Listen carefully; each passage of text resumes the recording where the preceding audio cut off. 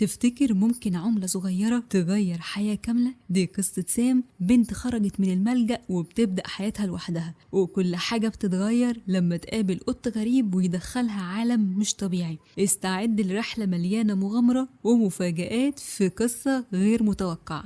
دي سام اللي بتكون متربية في ملجأ أيتام، والبنوتة القمر دي اسمها هيزل، وبتكون صاحبة سام الوحيدة في الملجأ. وبالنسبة لسام، بما إنها تمت 18 سنة فلازم تمشي من الملجأ قوانين بقى وكده، وهيكون لها بيت مخصص لوحدها. فالمشرفة بتيجي وبتبلغها بده، وسام بتقول لها طب سيبوني يومين كمان إله يسترك. فالمشرفة بتقول لها سام إحنا اتكلمنا في الموضوع ده قبل كده. فسام بتودع هيزل وتركب العربية مع الأخصائية اللي هتوديها لحد بيتها الجديد، وبتلاقي صندوق في العربية يخصها، فبتفتحه وبتلاقي صورتها هي وصغيرة، وبتفتكر ذكرياتها لما كانت طفلة وإن محدش اتبناها. فسام عارفة نفسها إنها من الشخصيات اللي النحس ملازمها. فلما بتوصل للبيت اللي هتعيش فيه، الأخصائية بتديها المفتاح، لكن المفتاح بيقع تاني يوم. بتصحى متأخرة على الشغل وبتدخل الحمام مستعجلة، فالمقشة بتقع على أكرة الباب، فمش بتعرف تفتح الباب وبتتحبس جوه. ولكن أخيرا بتعرف تخرج، وحتى سندوتش المربى ما عرفتش تتهنى بيه. ومش بس كده، ده ما لقيتش فردة الشراب. بس ده مش نحس، ده حدث متوقع في كل بيت. ولما أخيرا وليس آخرا بتطلع بره وتركب عجلتها علشان تروح شغلها، بتلاقي كاوتش العجلة نايم، بس صاحبتنا بتعرف تتصرف وبتوصل الشغل، وشغلها بيكون في سوبر ماركت. فلما تكون منحوس وده أول يوم ليك في الشغل، بتكون دي النتيجة. سام بدل ما بتنظم الحاجة، الدنيا بتتبهوأ منها على الآخر. بس صاحب المحل بيطلع شخص لطيف وطيب وبيستحملها. وفي يوم من الأيام،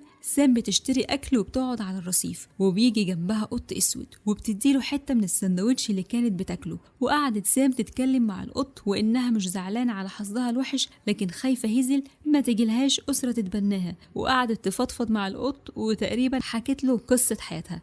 القط بيسيبها ويمشي، فسام بتاخد بالها من عملة موجودة على الأرض مكان ما القط كان قاعد. وبعد ما سام أخدت العملة، حياتها اتغيرت تماما وحظها بقى حلو، وبقت تلاقي فردة الشراب عادي، وسندوتش المربى بقى يتظبط معاها، والدنيا بقت 100 فل و14. حتى كمان في الشغل الدنيا بقت معاها 10/10، والحظ بقى زي الفل. فسام بتشك إن العملة اللي معاها دي بتكون هي قرش الحظ، وبتفرح جدا وبتقرر إنها تدي القرش ده لهيزل عشان حظها يبقى حلو مع الأسرة اللي هتيجي تتبناها. ولكن يا عزيزي المشاهد، القرش بيقع منها في الحمام وبتشد السفون عليه بالغلط. وسام بتزعل جدا وبتروح لنفس المكان اللي قابلت فيه القط، وبتندب حظها وبتقابل القط من تاني، وبتحكي له اللي حصل لقرش الحظ. والقط بيتكلم وبيقول لها جاتك نيلة، ضيعت القرش بتاعي. ولما القط استوعب انه اتكلم قدام بني ادمه، بياخد بعضه ويجري على طول. وسام طبعا بتجري وراه لحد ما بتلاقي القط فتح بوابة غريبة تحت الأرض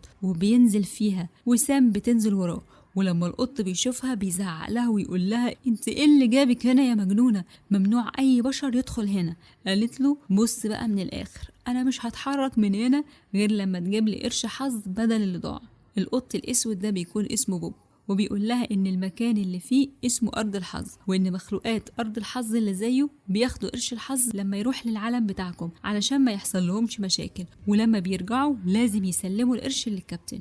قالت له ولا يهمك، خد زرار الشنطة ده سلمه للكابتن على أساس إنه قرش الحظ لحد ما نجيب قرش تاني وهرجعهولك على طول. وبوب بيوافق، وسام بتلبس لبس جنيات علشان محدش يشك إنها بشرية. وبوب بياخدها لصديقه جيري، وبياخدها للمكان اللي المفروض تاخد منه قرش جديد، لكن عشان هي منحوسة بيطلع لها نفس الزرار بتاع شنطتها. فسام بحركة منها بوظت الدنيا. فيا عزيزي المشاهد، مستني ايه من واحدة حظها وحش حتى في أرض الحظ؟ وبعد اللي حصل ده، بوب بيقول لها أنا قلبي كان حاسس إن في كارثة هتحصل، وقال لها لازم نسيب المكان ده حالا.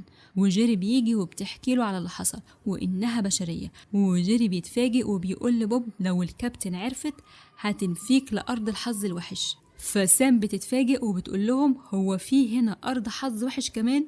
جيري قال لها عندنا الحلو وعندنا الوحش. المهم جيري بيوافق يساعدها، فقال لهم إنهم يقدروا يجيبوا القرش من المجاري باستخدام الدرون، بس في الأول لازم نلاقي بلورة الحظ اللي هتشغل دراع التحكم بتاع الدرون، والبلورة دي موجودة عند رئيسة المكان ده. وبعد ما جابوا البلورة سام فضلت تغني وترقص مع شوية الأرانب دول اللي يعتبروا الحراس علشان تشد انتباههم. وبوب بيشغل دراع التحكم وفعلا الدرون بيشتغل وبيجيب القرش من المجاري. وبعد كده جيري كان قرفان يمسك القرش عشان الدرون كان جاي من المجاري لحد ما المكنسة شفطته، بس هما كان جواهم إصرار كبير جدا. وبوب وسام بيركبوا أسانسير علشان يروحوا يجيبوا القرش، فبتقوم سام تدوس على زرار بالغلط وبيوصلوا تحت خالص عند أرض الحظ الوحش، والأسانسير بيتقفل بينها وبين بوب، فبتاخد لها لفة في المكان مع إنها كانت مرعوبة علشان المكان كان ضلمة. فيا ترى هيحصل لها إيه؟ وأكيد واحدة حظها وحش في أرض الحظ الوحش لازم يحصل لها شوية مشاكل وتتبهدل. المهم ان بوب في الاخر بيقدر يخرجها، وبيروحوا المكان فيه انابيب الحظ الحلو وانابيب الحظ الوحش، وبيقابلوا المسؤول عن تنظيم الانابيب دي، وبيطلع شخص عسول كده ولذيذ ورغاي كمان، وبيقول لهم زمان حصلت حادثة والأنبوبة اللي فيها الحظ الوحش انفجرت وطارت عليا، والتنينة اللي هي رئيسة المكان كانت بتعالجني، والرئيسة دي تعتبر هي اللي حطت الجوهرة الأساسية اللي اتبنت على أساسها فكرة الحظ الحلو والحظ الوحش، وبعد كده اتجوزوا. وبسبب الحادثة دي بيجيله شوية حظ وحش من وقت للتاني، وفي النهاية بيسألوه عن الدرون اللي فيه قرش الحظ، فبيقول لهم لقيته ووديته المستودع علشان يتنضف. فسام وبوب بيزعلوا جدا وبيفقدوا الأمل، لكن سام مش بتستسلم وبتقرر تروح للرئيسة بنفسها وتطلب مساعدتها، وفعلا بتروح والرئيسة بتوافق تساعدها، وده لأنها كانت فاكرة سام جنية مش بشرية وبتديها قرش الحظ. لكن بما ان سام دايما بتحصل لها حاجات غريبة ما لحقتش تفرح بقرش الحظ اللي مفروض تديه لهيزل، لان الكابتن بتكتشف الزرار اللي بوب سلمه لها بدل القرش. وقبل ما يقبضوا على بوب سام بتتصرف بسرعة وبتدي قرش الحظ لبوب علشان يديه للكابتن على انه اداها الزرار بالغلط، والكابتن بتصدقه. وسام بتشوف من خلال الشاشة ان هيزل واقفة مع المشرفة ومستنيين الأسرة اللي هتتبناها، فسام بتستخدم ذكائها وبتقرر توقف أنابيب الحظ الوحش علشان كل البشر يكون حظهم حلو في اليوم ده، وبالتالي العيلة تيجي تتبنى هيزل. بس اللي بيحصل بقى الحظ الوحش كان حجمه كبير جدا، فضل يضغط على الأنابيب لحد ما انفجرت واتسرب في أرض الحظ الحلو، والدنيا باظت وكل حاجة وقفت. وبعد كده الاتصال اتقطع ما بين أرض الحظ والعالم البشري. فسام بتروح للرئيسة وبتعترف لها بكل اللي عملته، وبتقول لها إنها بشرية وإنها السبب في اللي حصل. فالرئيسة بتزعل وسام بتعتذر، والرئيسة بتقول لها الاعتذار هيفيد بإيه بعد ما الحظ الحلو راح. وسام بتقعد تعيط وتقول إن حياتها دايما بتبوظ وكل حاجة بتتحول للأسوأ. بس بوب بيقول لها جايز يكون حظك وحش، بس لازم تفتكري إن أنا وهيزل حظنا بقى حلو علشان انت فيه. وسام اتأثرت بالكلام ده جدا ودمعت، وخدت بوب وراحت أرض الحظ الوحش يمكن تلاقي عندهم شوية حظ حلو.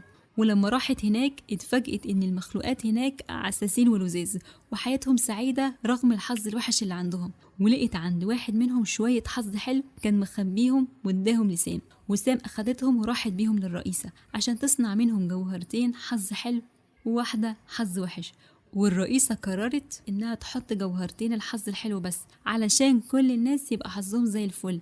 بس سام فهمت إن التوازن محتاج الاتنين، وإن زي ما حياتها كان فيها حظ وحش كان فيها برضو شوية حظ حلو زي وجود هيزل في حياتها، وإنها تعرفت على بوب والمكان ده. والرئيسة اقتنعت بكلامها وحطت جوهرة حظ حلو وجوهرة حظ وحش، وكل حاجة رجعت لطبيعتها. والرئيسة رجعت بنفسها لأرض الحظ الوحش وأدتهم جوهرة الحظ الحلو التانية كهدية. وبوب قرر إنه يرجع مع سام لعالم البشر ويعيش معاها. وبالنسبة لهيزل جات لها أسرة واتبنتها وكانت مبسوطة جدا جدا، وسام كانت بتاخدها في الأجازات وبيعيشوا مع بعض لحظات حلوة وسعيدة. وبكده وصلنا لنهاية ملخص النهاردة، وما ننساش إن مفيش حاجة اسمها حظ حلو وحظ وحش، كلها أقدار ونصيب وتوفيق من عند ربنا. أشوفكم في ملخص جديد.